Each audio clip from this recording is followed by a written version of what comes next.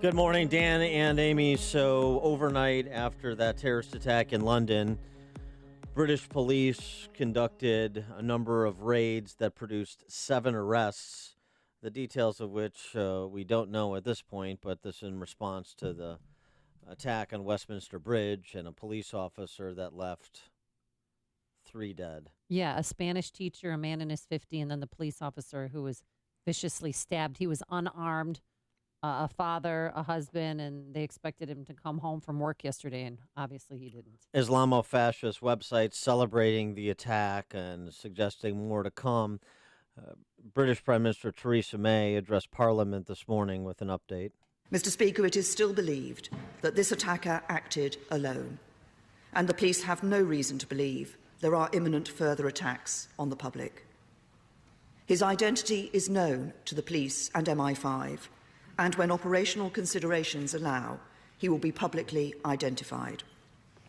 What I can confirm is that the man was British-born, and that some years ago he was once investigated by MI5 in relation to concerns about violent extremism. So it's a couple of things that ring very familiar, don't they? One is that the individual who appears to be the responsible party, the terrorist, is somebody that was on the radar of law enforcement previously. Number two, the MO is something we've seen repeated over the last year, including in our country, in Ohio State, which is using a vehicle to drive into a crowd as the initiating act of an act of terrorism. Yeah, and according to this ISIS magazine, about a year ago, they said you don't need a bomb or a gun, just use your vehicle as a weapon and do what needs to be done. Well, we talked to Colonel Jeff Adicott, who's the director of the Center for Terrorism Law, earlier in the show, and he made the point, well, why in response to the question, why this mode of attack? So because it's unstoppable. Somebody gets in a car and they look for a populated place, and that's where they start. And then in terms of using knives and machetes rather than guns or bombs, going back 800 years to the way they used to prosecute these individuals that are so inclined to create a worldwide caliphate. This is the way they used to murder 800 years ago, and the way some continue to do so. And when there was intel that there was going to be a car, ramming into the crowd at the Macy's Thanksgiving Day parade, they went, low tech and just put up garbage trucks around the perimeter of the parade to stop any possible terrorists. But you can't do that everywhere all the time. For more on this, we're pleased to be joined by our friend Khalil Marrar. He is a terrorism expert, professor and researcher of public policy and Middle East politics at Governor State University. Khalil, thanks for joining us. Appreciate it. Good morning, Dan and Amy. Thank you for having me. So, how do you respond to this, where this seems like it's another instance of jihadist-related terrorism? It's absolute heartbreak, and my heart goes out to the friends and families of the victims. We're talking about 40 that were injured, and 3 or 4 actually, including the person, the assailant, that died. Here's the way I want to situate this. I mean, I've said this before on other news shows. This is an attack using the implements of the everyday, vehicles, knives, and so on. And as you point out, Dan, there's an open call by ISIS, Islamic State, for people who are radicalized, who believe in the cause, whatever ISIS cause is, to go out and attack Westerners, to attack citizens in Western countries.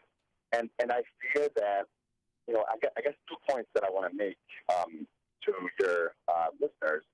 Number one, those attacks should be taken seriously, with the exception of, number two, the more seriously we take them as a terrorist attack, sadly, the more we sort of play into ISIS's hands. Now, don't get me wrong. I mean, this is something that is fueled by a very dangerous ideology. We have to know the threat in order to counter it, whether you want to call it Islamic extremism, Islamofascism, ISIS-inspired terrorism. But to give it too much attention and to give it the kind of spotlight that we've been giving it, I fear, plays into ISIS's hands, and that's sort of a dual tragedy that way, Well, playing right, on our but democratic liberal values. well, right, but Khalil, how do we not pay attention to this? I mean, What we're are you supposed to saying? kind of, all right, nobody talk about what just happened. I mean, how Not are at we all. supposed to address this then? That's a great question, Dan, and this is something that is a very difficult issue. I have many answers, and yet none at all that are suitable. It's not that we shouldn't talk about it. It's the way that we talk about it. This is first and foremost a tragedy. Second, it's a criminal act against British citizens. Somebody that, let's say that, hypothetically speaking, that you had someone who ran, 40 people over with their car and went and stabbed a British police officer because they were mentally disturbed or mentally ill. What do we call that, right? I mean, it's in the way that we talk about it, not so much in the fact that we're talking about it. And I'm glad that your show has been doing extensive coverage of this all day long. Wait, do you believe was he or was he not an Islamic terrorist? Absolutely, Amy. I mean, this is somebody who's basically radicalized. We know that this is a man of South Asian descent. But here's the more disturbing part. I mean, this is somebody who's British born. They have all the amenities and privileges of Western life. Their family came here in order to escape the kind of Islamofascism, Islamic extremism, whatever you want to call it, and dictatorial regimes that exist on the Asian continent and in the Middle East. Well, right. I mean, right. We have dual problems. The West does, both Western Europe and this country. We know from reports of the FBI about the number of investigations going on into terrorist-related activity, every state in the nation, as reported last Yeah. year. And it seems to me a big problem we have too. I know there's a lot of focus on how we talk about this.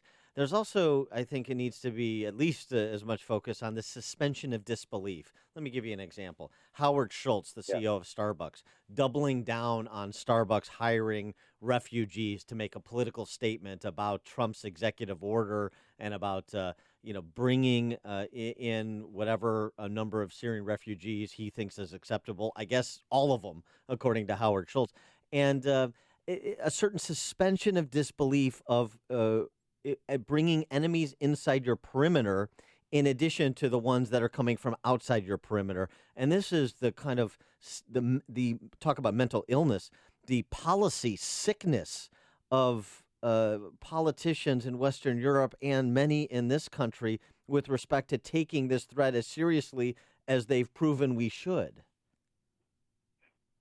Look, you're making a very fine point, and one that directly speaks to the policy issue that is in place. Not too long ago, actually a few days ago, I was on your show talking about the revised Muslim ban that Donald Trump has put into place. And correct me if I'm wrong, I think that's what you're getting to. And if that is what you're getting to, that we have to basically stop the enemy from coming and basically terrorizing our population. Here's the thing. Should we ban British nationals from coming to this country? I mean, No. this man was No. a British citizen. No. He was a British-born citizen. Yeah. Here's what. But let me just answer your question. Let me just answer your question. Let me just finish. Okay. Let me Okay. just finish Okay. this way. I'll finish briefly.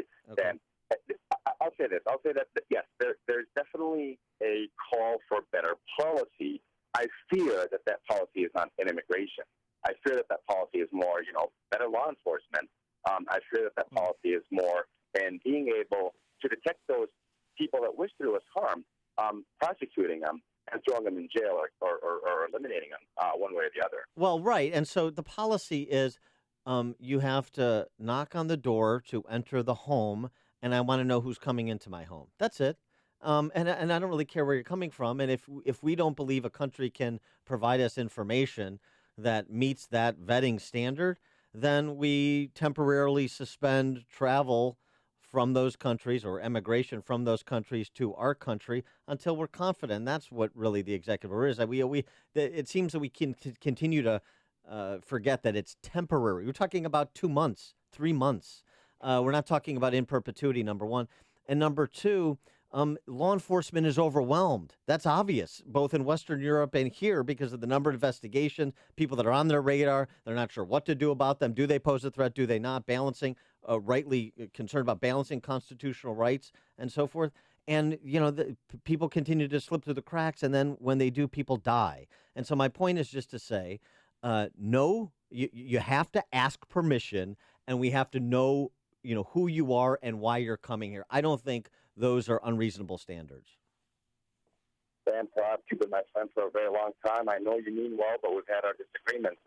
Look, I agree with you. It's a policy issue, but I suspect that the kind of policies that you're advocating play into the terrorist hands. I mean, here's the thing. How do you stop people from attacking us that were born in the USA?